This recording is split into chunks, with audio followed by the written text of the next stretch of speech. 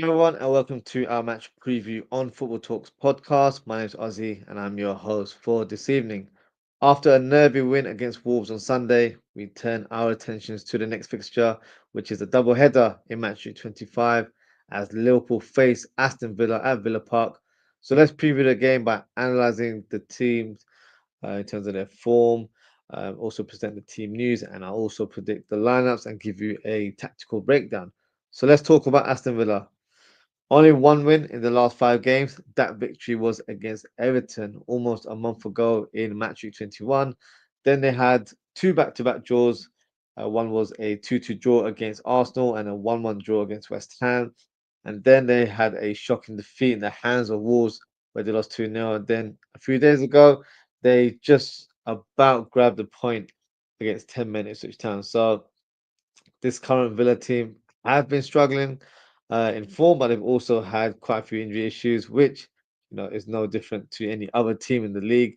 So you won't be hearing any violins in the background, as we're all on the same boat. But the difference between uh, other teams and Aston Villa is that the owners have actually backed their manager and made some interesting signings in the January window.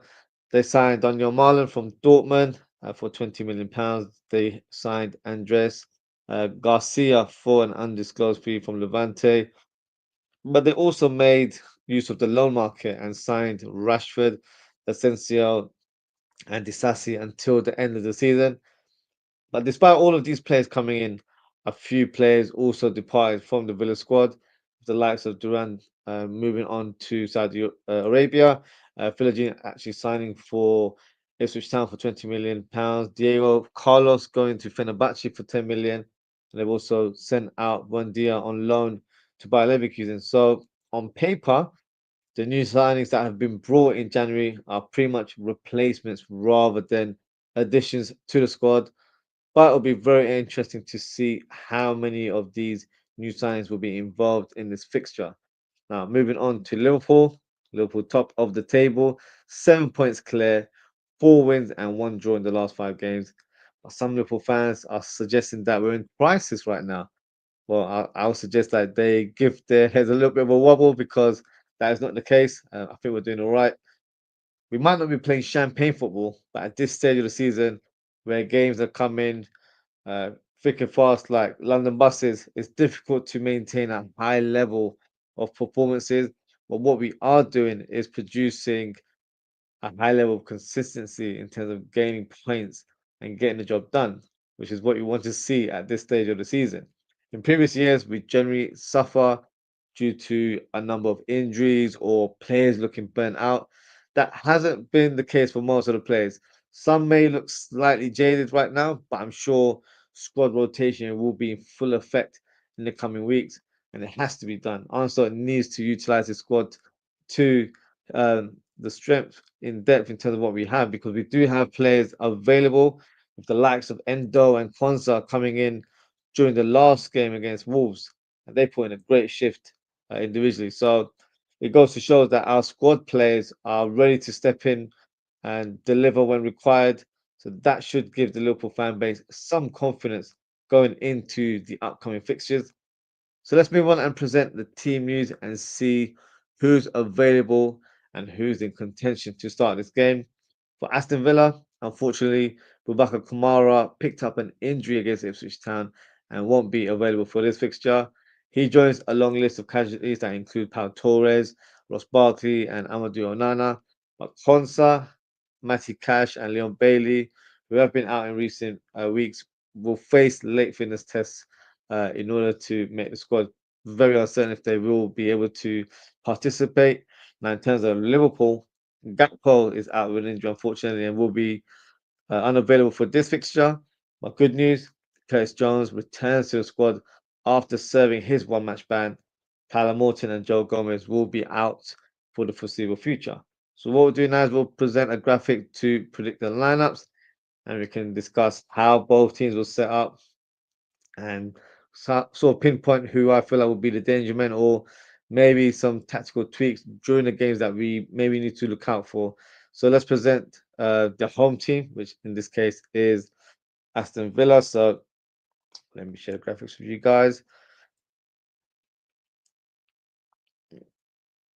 Here we go.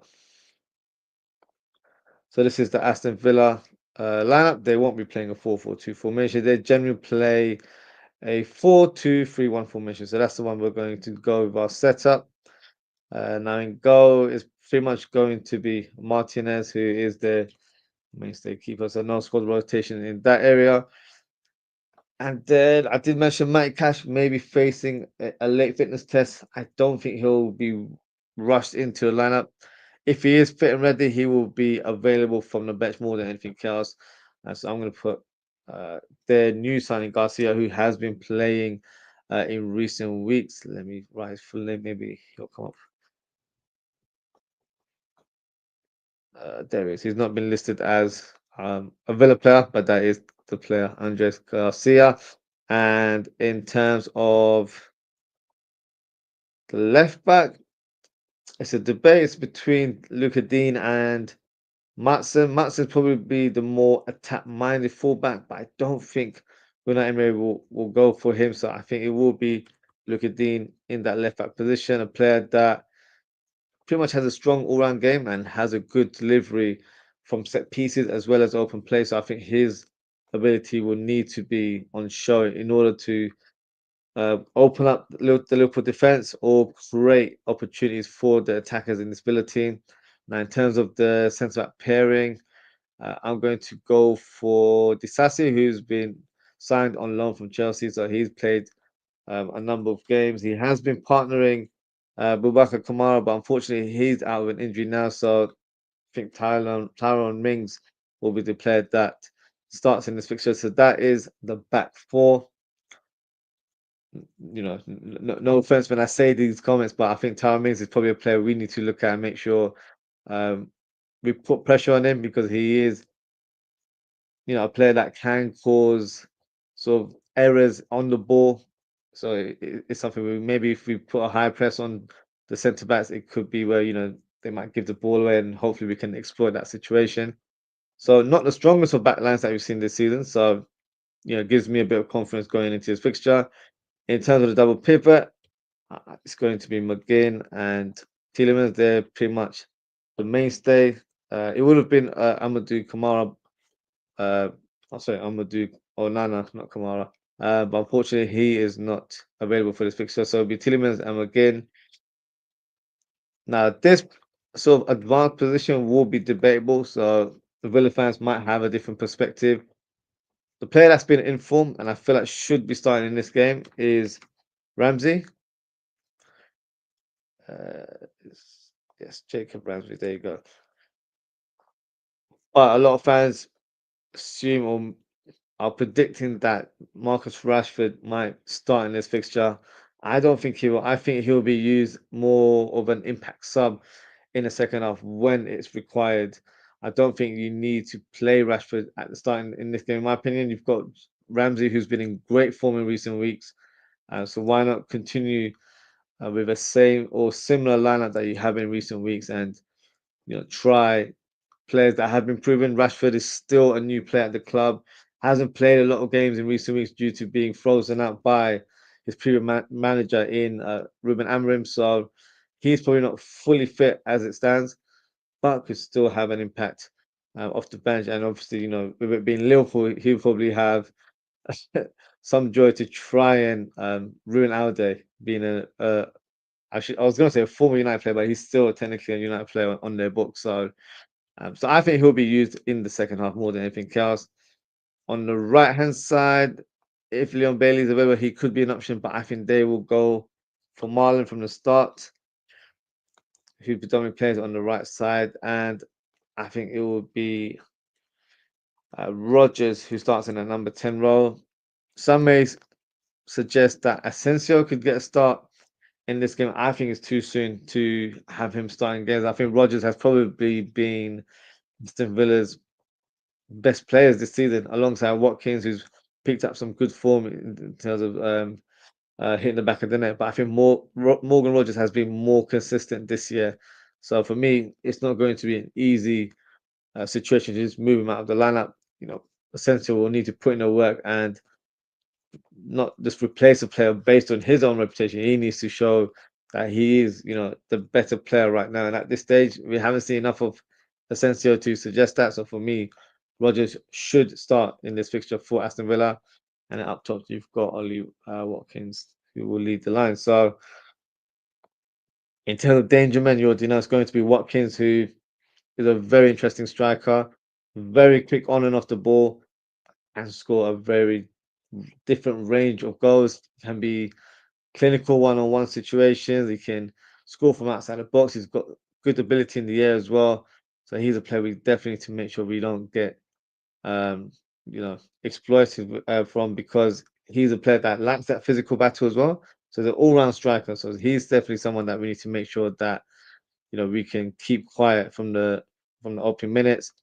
Marlon will be interesting in terms of how he plays, but I'm looking at Jacob Ramsey. I think he's a player that can cause havoc on the left hand side. Not the sort of the quickest player when it comes to dribbling on the left flank, but he's a more of a tactical dribbler where he knows how to get past players and can score a goal too as well. So for me, that's a danger man there. And then Rogers as well. He's been fantastic this season for me. Has been growing as the season's gone on. Has really developed in this number 10 role and has shown a good range in terms of his ability. Where he's when he's had to drop deep, he's helping out with the midfield, but also he's got great ability on the ball where he can thread a through ball and open up a defense just like that. So those three players I'll look at, obviously Marlon as well, but I'm going based on his Dortmund reputation rather than Aston Villa. Still sort of a question mark in terms of how he's adapting to this new team. But these are the players that we need to probably look out for. I think there are other players that could be in contention to start. So I briefly mentioned them earlier on. So Rashford could be one that we need to look out for. Leon Bailey could come on and play in the right wing. A left foot player that can cut inside and have a shot. So he'll present a different attack if he was to replace Marlon. Asensio can play at number 10 role, left footed player, but has a good sort of shot on him and good at set pieces as well. Matson, a player that plays predominantly left back, but can be an option for the left wing, and Cash, the reliable right back, and Konsa, another centre back if required. If Mings is not having a great day, then they've got another option off the bench. So for me, this is the lineup for Aston Villa. I think it's probably the strongest lineup that they have. Feel free to drop a comment, let me know what you guys think. Now, moving on, let's present the graphic for Liverpool, and we can talk about them in a little bit more detail. So here we go. So this is the Liverpool lineup. Now, you might have noticed straight away that my formation is a little bit different than normal. So there is a reason for that. So this is just not just my point of view. This is based on what I've seen over the weeks. I think we might go for a slightly different lineup. It's still going to be a 4-3-3 or 4-2-3-1, but it's going to be a little bit tweaked. So I'll explain it as I add the players along. So in goal for me, it will be Alisson, of course. He remains in the team. Trent will start in this fixture as well. I don't think there's any issues with his injury, so he should be back to full flow. I would go for Simicast in this one, but it could easily be Robertson in this game. So I'm going to go for Simicast. I think a squad rotation is required in some parts of the team, and then it's going to be Van Dijk and Nate for me in the back four there.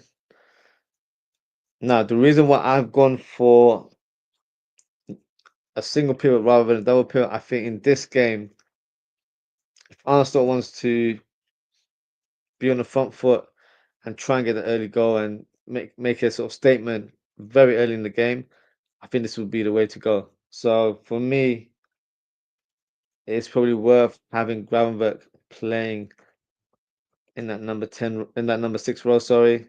And then you've got the likes of Sobozlai and McAllister playing as your advanced midfielders or number 8 box to box midfielders. And the reason why I'd like to push McAllister a bit more further up is because of the double pivot that Villa will be presenting, and that is McGinn and Tielemans. Tielemans, we all know, is a player that has good ball playing ability, but in terms of his engine and stamina, he's quite low. So for me, that's an area where we need to exploit, where we've got an energetic midfielder in Szoboszlai who should be causing chaos. McGinn is probably another player that, doesn't lack that sort of energy on the pitch. But I feel like, if you've got Szoboszlai and McAllister pretty much being a sort of a double attack onto their midfield, then I feel like it's a battle that we should be winning in terms of quality and in terms of what we bring to the table. So that's why I would like to see us playing with two eights in this game rather than two sixes and a single eight or an advanced eight in Szoboszlai. So that's the reason why I'm going for this lineup where McAllister and Szoboszlai are playing a bit more. But Szoboszlai's probably playing his normal role, but I think McAllister will be playing a bit more of this left side eight role. Could be shifting over there or can drop deep, if required, forming a double pivot. But I think it will be predominantly this area where McAllister should be effective in the game. And in terms of further up the pitch, obviously, debate in terms of who starts. On the right is Mohamed Salah, and on the left probably would have been Gakpo, but I'm going to give it to Diaz, who I thought was really good against Wolves over the weekend. So hopefully he can continue his good form going forward. Jota for me had a decent enough game, but I would like to see a bit of squad rotation in this game. So I'm going for Darwin Núñez to start in this fixture. Somebody asked me why haven't I put Curtis Jones in this team. I think for the way I want this team to tactically be set up, I don't think Jones is the right player to add in this team. I think with our advanced eights here in Szoboszlai and McAllister, I want energy from these players. Not saying Jones doesn't have energy or he's slow. He doesn't have that sort of pressing energy that I need from a midfielder. Szoboszlai has that in abundance. So for me, Jones would be a good player to bring on later on in the game, and it can be where we switch it to our traditional 4-2-3-1 formation, and Jones could replace McAllister, for example, and be more of a controller. If we feel like we need a player to protect the back four, then Gavin Burke could be taken off, and Endo could come in and provide an option there, just like he did against Wolves, where for the last 20 minutes he was literally a rock in our midfield and pretty much cleaned up shot whenever required. So he definitely had an impact when he came off the bench. So those are players that we can definitely utilize in this game. But that is my sort of lineup for this fixture against Villa. Let me know what you think of my Liverpool lineup. Have I gone a bit too adventurous there, or maybe I have something in the making there where it could be this sort of setup that we see against Villa. Only time will tell. We'll soon find out this weekend. Now, in terms of my score prediction, I don't think it's going to be a game where we destroy Aston Villa. I think they have a lot of players in the first team and also off the bench that can really have an impact on the game. So I'm going to go for 2-1 victory for the Reds. And in terms of goal scorers, I'm going for Jacob Ramsey to score for Aston Villa and Mohamed Salah and McAllister scoring in this game. I've gone for McAllister because I think playing that bit more advanced role, he might be able to create a shooting opportunity and hopefully hitting the back of it. So that's what I'm envisioning there. So that is my predicted lineup. That is also my score prediction. And that is the end of my match preview. I'm just going to go through the comments and then we can discuss a few more points before we close the show. So, just got a comment here from Dara. It says, "Hi, fella. Bit yourself, Dara. Thank you for tuning in." And that says, "Big up, Ozzie. This is mine for tomorrow. Ali, Trent, Kwanzaa, Van Dyke, Robertson, Ryan, McAllister, Jones, Mo, Darwin, Chiesa." So, a very much rotated team there. Um, which you can't rule out because we've got so many games coming up. We're playing Man City this weekend, though. So it probably does make sense to have this sort of lineup.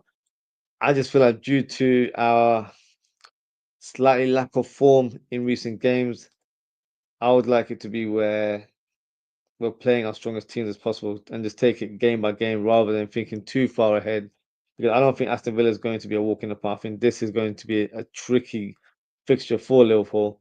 It's away from home, so we need to be on top of our A games. So I think that's why, in my mind, I think Arsenal might go slightly stronger. But your lineup is not, it's something that could actually happen. It could take place. So we'll soon find out in the next 24 hours. Uh, That's how it's not suspended from the line tomorrow. Ozzy, I think that's going to be confirmed tomorrow. I haven't heard. I think they mentioned it on Wednesday that there'll be an announcement. So let's see if that actually happens. Unfortunately, I feel like he he may get punished because um it was I don't know if he officially made an appeal, but they made it seem like that there is going to be some sort of punishment for himself and his coach. Sorry, his assistant manager as well. So let's see. I'm think we'll find out tomorrow morning. Um, that's the same 5 weeks, Cody. Yeah, that's crazy. So until 26th, so end of March. So that's a huge blow if that's the case because he's picked up some good form. I wouldn't say in recent years. I think he's been one of our star players throughout the whole season. He might not be producing the eye-catching performances in each game, but he's picked up a trait from Mohamed Salah where he's getting the goals and assists. His GNA is fantastic. So I'm more, concerned about the outcome of games rather than individual performances. Someone can have a blinder but not get involved, or the team doesn't win. It doesn't really mean much, does it? So for me, he's going to be a huge miss. He's been one of our informed players this season, but luckily we've got Diaz who has produced a great performance in his place over the weekend. So hopefully he can continue that form into this fixture and for the upcoming fixtures this season as well. Dara said Bradley for Trent. That is a shout. I think due to the fact that Trent hasn't completely regained full fitness. So this might be more of a squad rotational selection there where Trent is rested for the game against Man City. Yeah, it's not a bad shot. It definitely could be the case. Daz has gone for a 2-1 result as well, same like mine. He's gone for Watkins and he's gone for Mo and he's gone for a Trent special. I wonder what a Trent special involves, but yeah, big up yourself for your prediction there. Daz said, would you start Jota versus City or Diaz? I'll personally start Jota. That's why I've pretty much rested him for this fixture, and I think Jota will be a more of a goal threat. And with Gakpo not being available, I would rather Diaz remain as the predominant left winger, and we can rotate other positions if required. Obviously, Chiesa is an option for that left wing, so Chiesa could come on off from the bench. But I think in terms of starting positions for me, it has to be Diaz, and go for Diogo Jota if he's fully fit. So yeah, that would be my viewpoint in terms of who starts against City. But we'll speak about that in more detail on Thursday. So make sure to tune in for that. Before we close the show, there's been a few sort of rumors and some speculation surrounding the club in the last few days. So I thought, why not just address them very briefly and see what you guys think as well. So let's start with the first one, and that is Konate being linked with a move to PSG, which is a slight concern. We've heard confirmation from Konate from his own mouth that there has been a contract offered. Um, yeah, obviously it hasn't been signed because it's not been announced. But obviously he didn't go into detail as to why he hasn't signed it, and rightly so. It's not for him to express that sort of information to the public. I, for one, believe that he is probably ready and committed to sign for the club, but he's also looking at the current situation with regards to our other three players like Trent, Salah, and Van Dijk, and what their situation is. Because, God forbid, let's say all three of the players depart, what is the club's vision going forward? And Konate would be concerned, and rightly so, because I think all of us as Liverpool fans would be concerned if those three players were to leave. Because how do you replace elite talent like that? It's not possible to do it so quickly. So it's an interesting one in terms of the rumors being linked to PSG. Obviously, he's from that part of the country, so he's going to be linked with a move to PSG. Is there any truth to it? I don't think it's something that is concrete. I do feel like there is interest from the club, and they're probably just keeping their tabs on the situation to see if Konate agrees a contract or not. If he doesn't, then you'd have to assume PSG might be one of the front runners to sign him. But at this stage, very early to say, and I'm of course hoping it's not the case. Because I think Konate is one of our top defenders at the club. I think he's got plenty of room to grow. For me right now, as producer for middle partnership with Van Dijk, and long may it continue because you want to have the best players in your team. And despite Konate's injury concerns over the course of the season, for me, whenever he steps on the pitch, he gives his all, and he's one of our top defenders in the team. So I wouldn't like to see him go, of course. So I'm hoping there's nothing to it, but you have to look at both parts in terms of his contractual situation and where the club is in terms of their long-term vision. It's no surprise that he's been linked to move away from the club, similar to Luis Diaz as well. So they're kind of in the same boat where they're probably just waiting on what's happening with the other three, and they'll probably decide to make their move from there onwards. So let's see. I don't think there's anything concrete about this, but we'll probably soon find out in weeks to come. Obviously, if he signs a new contract, then yeah, that pretty much closes the rumor there. Another player that's been linked with the club is Huijsen. So the centre back, as we all know, from Bournemouth, has had a great season. This season is a player that is highly sought after, not just within the Premier League. He's also been linked with a move to Spain. I believe it was Real Madrid that were looking to him. Um, Obviously, he was signed from Roma before he joined. From sorry from so he was signed from Juventus. He spent a year at Roma, so he's a player that you know I think has really showcased his talent this season. He's definitely a player that is on everyone's radar. Very young, 19 years of age. Um, has a good passing range on him. Born from in the Netherlands, but he I guess plays for the Spanish under 21, so he's of Spanish nationality there. Um, but that could help us where if he's played his sort of youth level at Netherlands. I'm sure that's something that Arnold Slot will be aware of, and obviously with already having three Dutch players in the team, it could be a selling point for the player to join if if we needed one, because obviously we're a local football club. So I think it's a player that we could look to sign in the summer. I believe the 50 million is a release clause, so quote me if that's not correct, but he's definitely on our radar. He's definitely on top of our list.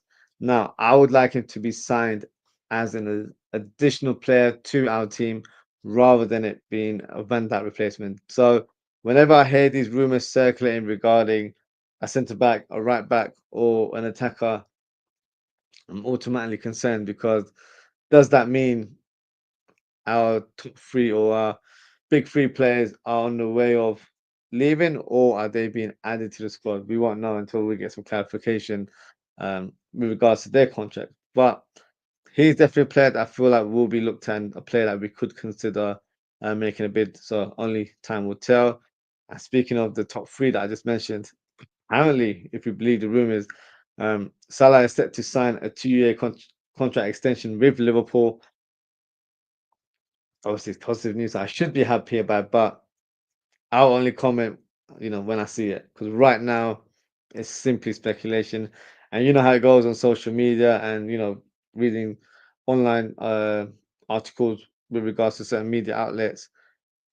A few days ago, Dejan Lovren, we all know, best friends with Mohamed Salah, suggested that he's not signing a contract, and a few years later, we're hearing speculation that he will be signing a contract. So right now, all we can do is sit back and just wait and see what the outcome is, and then we can kind of give our opinion or voice our emotions in terms of how we're feeling about that situation. Because right now, it's same old for me, same old story every week.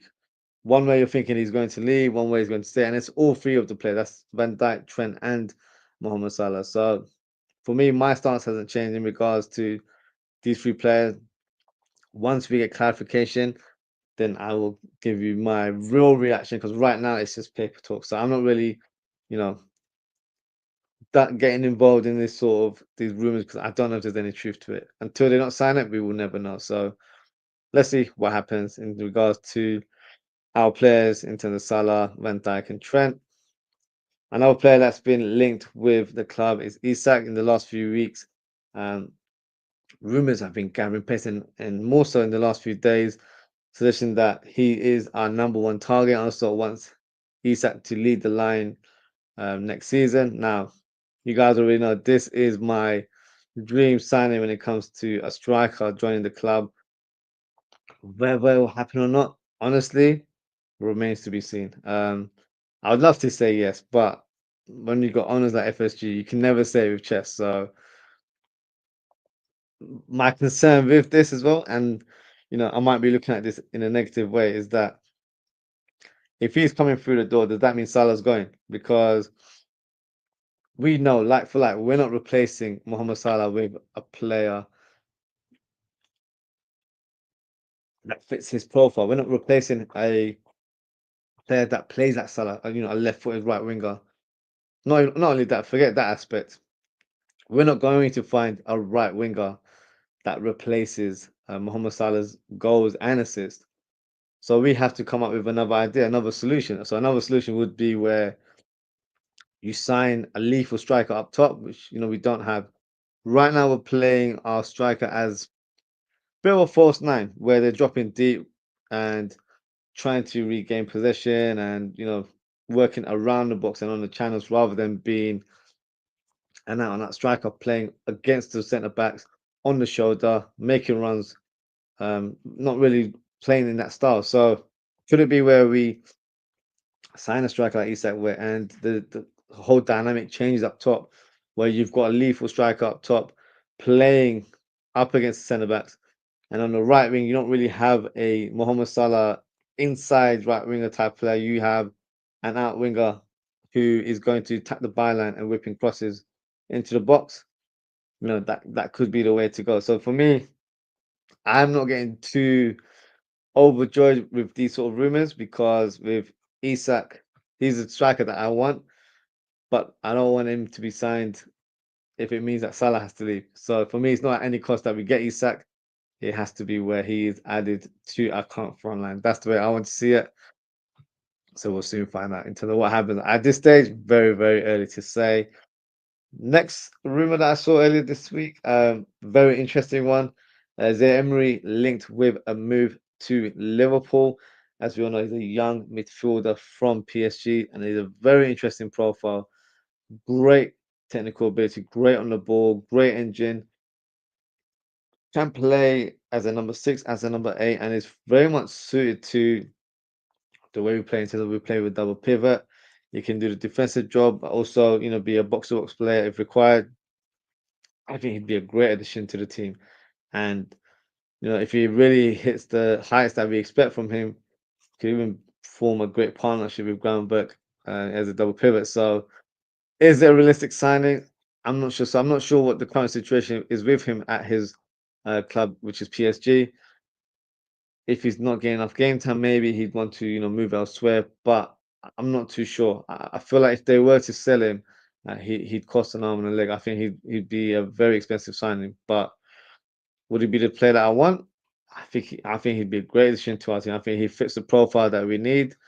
Um, I just don't know if there's any truth to it. I feel like this is paper talk. I don't think we are in for this type of midfielder, not based on ability or profile. I think the fee that will be surrounding his sort of transfer might be too much for Liverpool. But who knows? With Liverpool, you're not always sure if we've got money or not. And they always keep that sort of finance sort of information close to their chest. So we don't know what the budget is for the summer. So we'll see. We'll find out, I guess. But in terms of the player, yeah, he ticks my boxes. I think he is a player that we should be looking at in order to add to our squad for next season. So, you know, definitely on the top wish list of midfielders that I'd like to see signing for Liverpool in the summer. And the final rumor that came earlier today actually was Ekitike, a possible target for the summer, a player that's been lethal in front of goal for Frankfurt this season. Obviously formed a great partnership with Mamouche, who has now departed and joined Man City. But so far this season, 32 appearances in all competitions and 17 goals and 6 assists. So Mamouche was probably more of the second striker in this Frankfurt team. They played as two, they played with two strikers up top. But Ekitike was more of the goal scorer, the player around the 6-yard box, scoring tap-ins or, attacking around the box more so to say. So for me, he's actually a good player. I think he fits the profile that we need. My only question marks would be maybe the physicality. Is he able to adapt to that sort of intense level of play in the Premier League? I'd have to watch him a few more times to gather up a sort of concrete answer to that question. But in terms of his profile and what he brings to the table, I feel like he is an interesting player for us. He was signed by PSG not so long ago, about two years ago, and he was brought in to be the backup for Mbappe because they thought he had similar traits and similar skill sets to the French striker. So can't be a bad thing, right? So he will sort of definitely fit that dynamic in terms of being a forward that plays up top and but can attack the channels very comfortably. So that's something we need to definitely look into. I think his availability, I think he's cost around £60 million, so not a crazy amount of money. But definitely one to add to the shortlist. I think a player that could potentially be a target for the club. I don't know, for some that might be a sort of underwhelming target. I don't think he's a bad player. I think he's a good player. It just depends on sort of the deal that in terms of the finances. But I do feel like he's a player that if you haven't seen him play, maybe watch a Frankfurt game this season because I'm going to keep an eye on him as well, just to see how he performs and see if he fits our style. I think he does, but I'll need to see him a couple of more times to cement that sort of opinion there. So for me, interesting profile. Um, which is to see what happens with him in the future. Um, Darazizi says Cunha, please. So I mentioned this in my show last week in regards to Cunha. I do like the player. I think he's very talented. Obviously, the goal he scored against us over the weekend pretty much showcased that. My only thing is, what type of striker does Arne Slot want in this team? Does he want a player that is more or less a false nine, or does he want a out-and-out striker like an Isak? So that's where my confusion is right now in terms of what type of striker does Arne Slot want. If it's a false nine, then Cunha definitely has to be top five in terms of players to consider. 'Cause I do feel like he would flourish the way we play. For me, he gives me Firmino vibes. I've said it quite a few times this season. So if you want a regen, then you've pretty much got in Cunha. I'm not gonna go to that level to say he is the regen, but he fits that kind of profile. So yeah, it's not a wild shout. Me personally, I would like more of an out and out striker. Because of the way we play. We play with a 4-2-3-1 formation. Got Szoboszlai playing as an advanced midfielder. So you don't really need a false nine to drop deep. It's not when we had Firmino where we played with a midfield three, but that midfield three was pretty much there to be high, compact, and industrious in the middle of the park. They weren't there for creativity or to be the driving force when it comes to on the ball or pressing from the front. So it's different dynamics in terms of how our midfield was under Klopp in regards to what we have right now with Arne Slot. So for me, it'll be interesting to see what striker we do sign. If it's a false nine, then Cunha definitely on top of the list in my opinion. So yeah, definitely one name to add to the list, and let's see, if he is a transfer target this summer. I'm not sure if he signed a new contract. He was on the verge of signing one, so if he does, then obviously that's already plummeted his price range there. But we'll soon find out, I guess, in the coming months. But so yeah, that's the sort of rumors that I saw circulating this week. And that pretty much wraps up the show today, guys. Thank you so much for tuning in. Thank you to Dara and Daz for your comments. Appreciate engagement as always, guys. If you're new to our channel, please don't forget to like and subscribe. Now, in terms of upcoming content, I will be doing a live watch along for this fixture. It starts at 7:30 UK time tomorrow, so I'll be live from 7:25 p.m. So feel free to join and get involved in the live chat.